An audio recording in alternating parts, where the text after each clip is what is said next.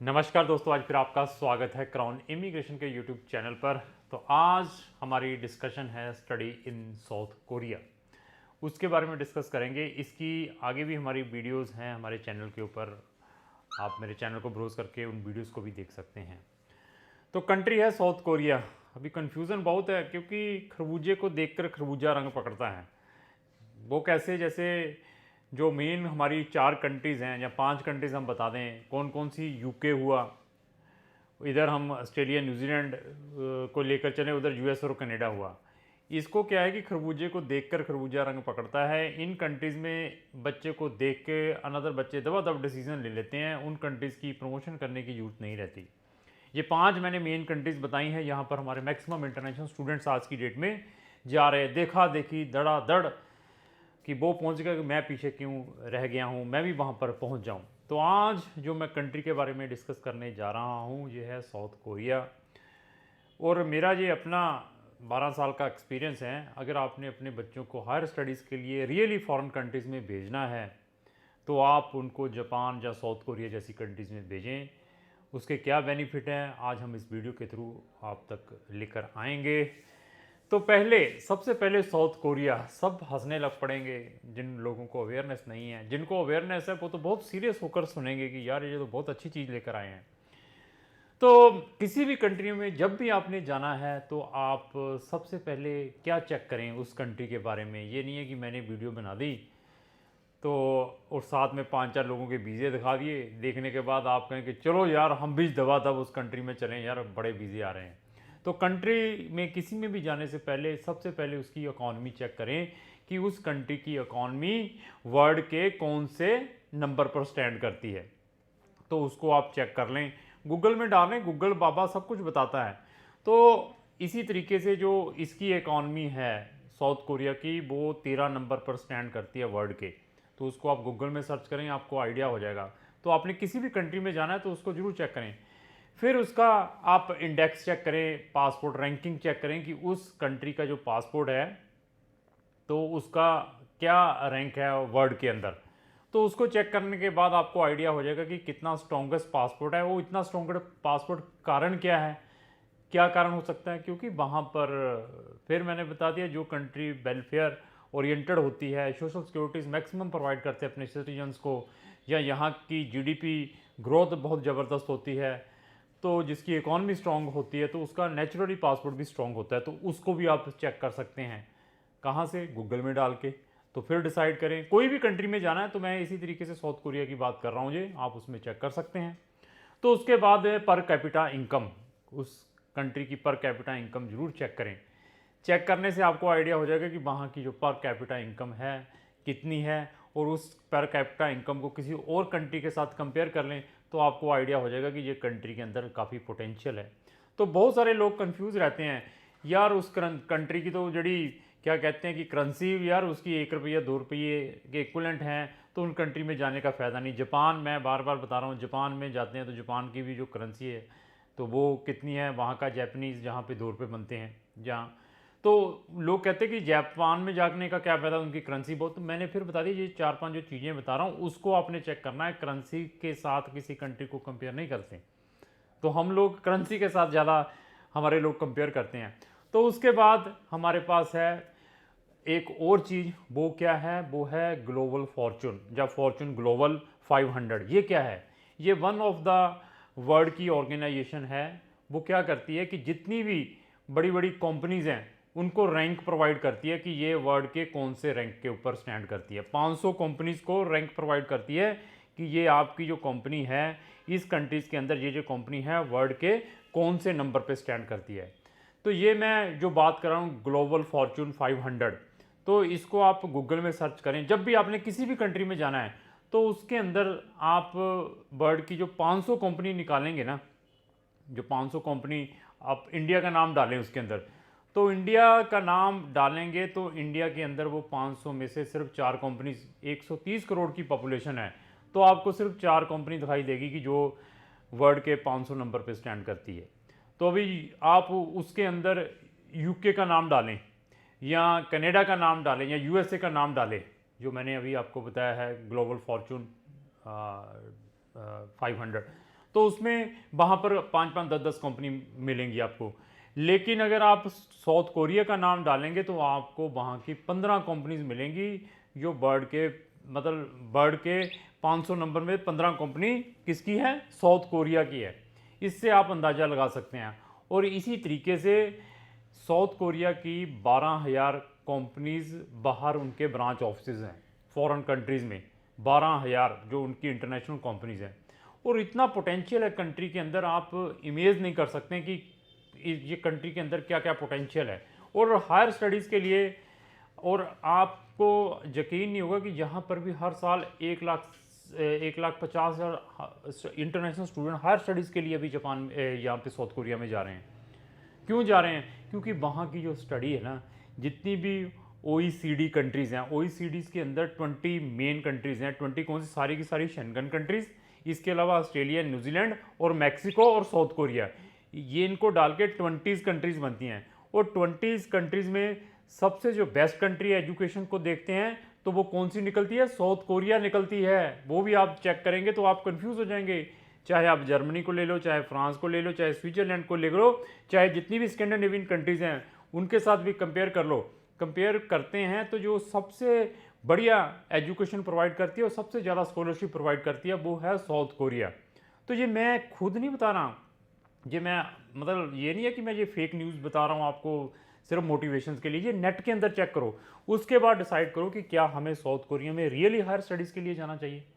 तो मैं फिर स्ट्रांगली रिकमेंड करता हूँ साउथ कोरिया, जापान हुआ। अगर आपका ड्रीम है फॉरेन कंट्रीज़ में हायर स्टडीज़ का और चाहते हैं कि लाइफ में आप एक सक्सेसफुल पर्सन बनना, अच्छी अर्निंग करना चाहते हैं, तो इन कंट्रीज़ की ओर तवज्जो दें इंस्टेड ऑफ जो ऑस्ट्रेलिया या न्यूजीलैंड या कनाडा की तरफ तुरे हुए हैं।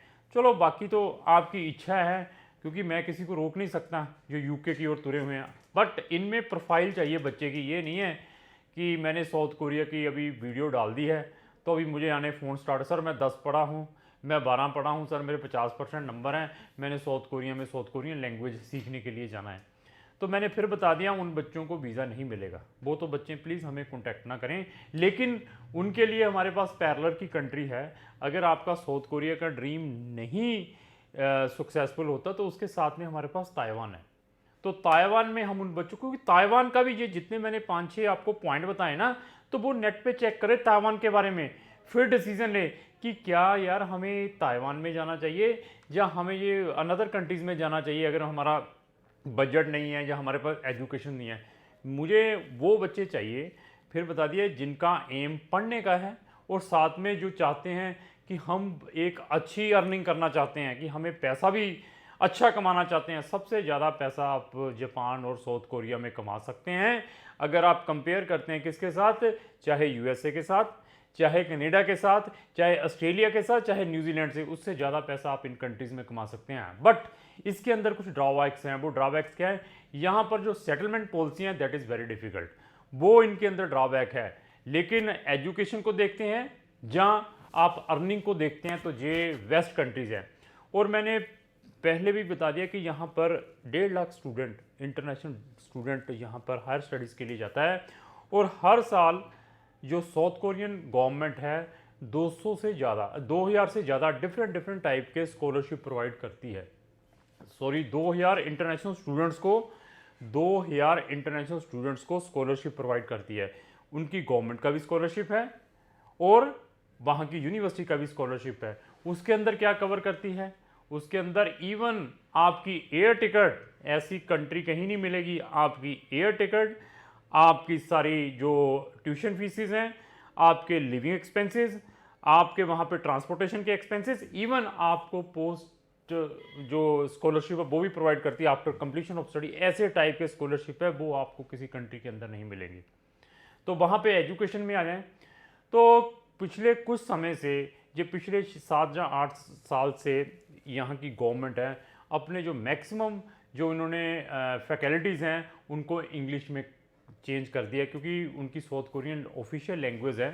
तो उन्होंने देखा कि इंटरनेशनल स्टूडेंट्स उनके लिए एक पोटेंशियल सोर्स है, तो उन्होंने अपने जितने भी बैचलर मास्टर डिग्री है उनको चेंज इंग्लिश में करना स्टार्ट कर दिया है। तो आज की डेट में उनके पास 40% से ज़्यादा इंग्लिश टॉट प्रोग्राम है, चाहे वो आपकी बैचलर डिग्री है, चाहे मास्टर डिग्री है, चाहे पीएचडी है, तो आप साउथ कोरिया में किसी भी स्ट्रीम में अपनी बैचलर, मास्टर और पीएचडी कर सकते हैं। लेकिन वहाँ पर एडमिशन लेना है तो उसके पैरामीटर्स हैं, पैरामीटर सेम है जो ऑस्ट्रेलिया या न्यूजीलैंड या कनाडा में है, बट आप विदाउट IELTS भी यहाँ पर अपना एडमिशन अप्लाई कर सकते हैं इंग्लिश टोट प्रोग्राम में। अगर आपके जो परसेंटेज है 60% से ज़्यादा हैं, आपकी कम्युनिकेशन स्किल अच्छे हैं, तो आपको कोई भी प्रॉब्लम नहीं है यहाँ पर एडमिशन की। वहाँ की यूनिवर्सिटीज़ आपको ईजिली एडमिशन्स प्रोवाइड कर सकती हैं। तो यहाँ की गवर्नमेंट अपने जो एजुकेशन सिस्टम को है वो इंटरनेशनली प्रमोट कर रही है काफ़ी समय से।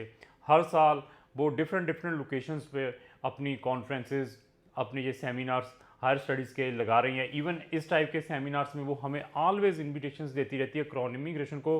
उनके अभी मैंने कुछ 3-4 वेबिनार भी अटेंड किए हैं ऑनलाइन। तो उनके फिज़िकल भी कॉन्फ्रेंसेस थी यहाँ पे दिल्ली में, लेकिन ड्यू टू कोविड के कारण वो पोस्टपोन हुई हैं। तो अभी आने वाले टाइम में उनके कुछ अभी एग्जीबिशंस लगेंगे डिफरेंट लोकेशंस में। वहाँ पर क्राउन इमिग्रेशन की फिज़िकली टीम जाएगी, वो अटेंड करके आएगी। तो मैं साउथ कोरिया से रिलेटेड डिफरेंट टॉपिक के ऊपर कौन कौन से प्रोग्राम है, क्या क्या ट्यूशन फीसिस हैं, इवन वहाँ से आप स्कॉलरशिप कैसे कैसे ले सकते हैं। और ये ऐसी एक गवर्नमेंट है जो साउथ कोरियन इंटरनेशनल स्टूडेंट्स के लिए आपको जॉब असिस्टेंस भी प्रोवाइड करती हैं। उन्होंने डिफरेंट टाइप की वेबसाइट्स बनाई हुई हैं गवर्नमेंट ने इंटरनेशनल स्टूडेंट्स के लिए, जहाँ पर लॉट ऑफ जॉब्स हैं आपकी प्रोफाइल के अकॉर्डिंग। तो आप उनको सर्च करके ऑनलाइन इजीली जॉब भी ले सकते हैं जब आप वहाँ पर पहुँच जाते हैं।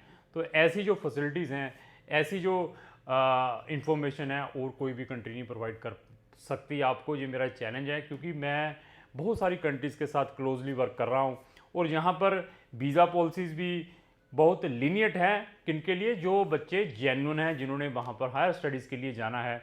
वो बच्चे फिर हमें संपर्क ना करें जिनके परसेंटेज कम हैं, जिनके पास फंडों की प्रॉब्लम है और चाहते हैं कि साउथ कोरिया जाना है, हमने हमारे रिलेटिव है वहाँ पे, जिनको बच्चों को मालूम कि वहाँ पर अर्निंग बहुत है, वो भी हमें बड़े फ़ोन करते, सर हमने भी साउथ कोरिया जाना, हमारा वीज़ा कराइए।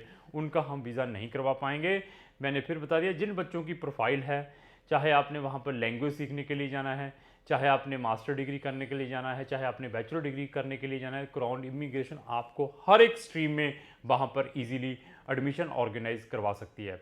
तो साउथ कोरिया मैंने फिर बता दिया कि जितनी भी OECD कंट्रीज़ हैं उनसे सबसे स्ट्रॉन्गेस्ट है एजुकेशन को और स्ट्रॉन्गेस्ट पासपोर्ट है। बट अभी फ़ीस को लेकर चलते हैं, जितनी भी स्ट्रॉन्गेस्ट कंट्रीज़ हैं, ऑस्ट्रेलिया को लेकर चलें आप, न्यूजीलैंड को लेकर चलें, कनाडा को लेकर चलें, USA को लेकर चलें, जापान को लेकर चलें, इन सब कंट्री से इकोनॉमिकल ट्यूशन फीसिस है साउथ कोरिया में। ऐसा एडवांटेज आपको कहीं नहीं मिलेगा। तो यहाँ की जो फ़ीस है साल की, वो $5,000 से स्टार्ट होकर $7,000 की है। इवन इससे कम भी है फीसिस। वो डिपेंड है कि लोकेशन कौन सी पर आपकी यूनिवर्सिटीज़ है। वहाँ पर 150 यूनिवर्सिटीज़ हैं साउथ कोरिया के अंदर, जो डिफरेंट टाइप्स के प्रोग्राम्स प्रोवाइड करती है इंटरनेशनल स्टूडेंट्स को।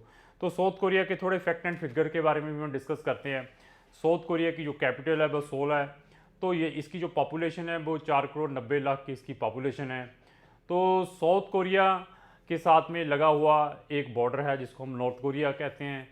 तो साउथ कोरिया में अगर आपने जाना है तो क्राउन इमिग्रेशन आपकी हेल्प कर सकती है। यहाँ पर अगर हम रिलीजियस की बात करें तो यहाँ पर बुद्धिस्ट काफ़ी पाए जाते हैं। तो बहुत अच्छे बेनिफिट हैं इंटरनेशनल स्टूडेंट्स के लिए। जिन बच्चों ने साउथ कोरिया जाना है, जो बच्चे ऑलरेडी किसी कंट्री से रिफ्यूज़ हो जाते हैं, जिनकी जेन्युइन प्रोफाइल्स होती हैं, जो कनाडा से रिफ्यूज़ हैं, USA से रिफ्यूज़ है, ऑस्ट्रेलिया न्यूजीलैंड से रिफ्यूज़ हो जाते हैं या शेंगन कंट्री से रिफ्यूज़ हो जाते हैं, तो उनके लिए it is a very good option. Even मैं तो हर एक बच्चे, हर एक पेरेंट्स को यही कहूँगा कि जापान और साउथ कोरिया के बारे में सोचें। अगर आपने अपने बच्चों को रियली स्टडी देनी है, जहाँ आपके बच्चों का really earning point of view है कि वो अच्छे पैसे कमाना चाहते हैं किसी अच्छी कंट्री में, तो वो साउथ कोरिया के बारे में ज़रूर सोचें। तो साउथ कोरिया का वीज़ा कैसे अप्लाई करना है, इसके लिए क्या क्या रिक्वायरमेंट रहती है, तो इसकी मैं अलग से 3-4 वीडियोस लेकर आऊँगा डिफरेंट टॉपिक के ऊपर। अगर आप साउथ कोरिया जाना चाहते हैं हायर स्टडीज़ के लिए, तो आप इमीडिएटली जो हमारे इस स्क्रीन के ऊपर नंबर चल रहे हैं ऊपर संपर्क कर सकते हैं। तो लास्ट से मेरी यही रिक्वेस्ट है कि अगर आपको जो मेरी वीडियो अच्छी लगी तो इसको लाइक एंड शेयर करना ना भूलें। Thank you.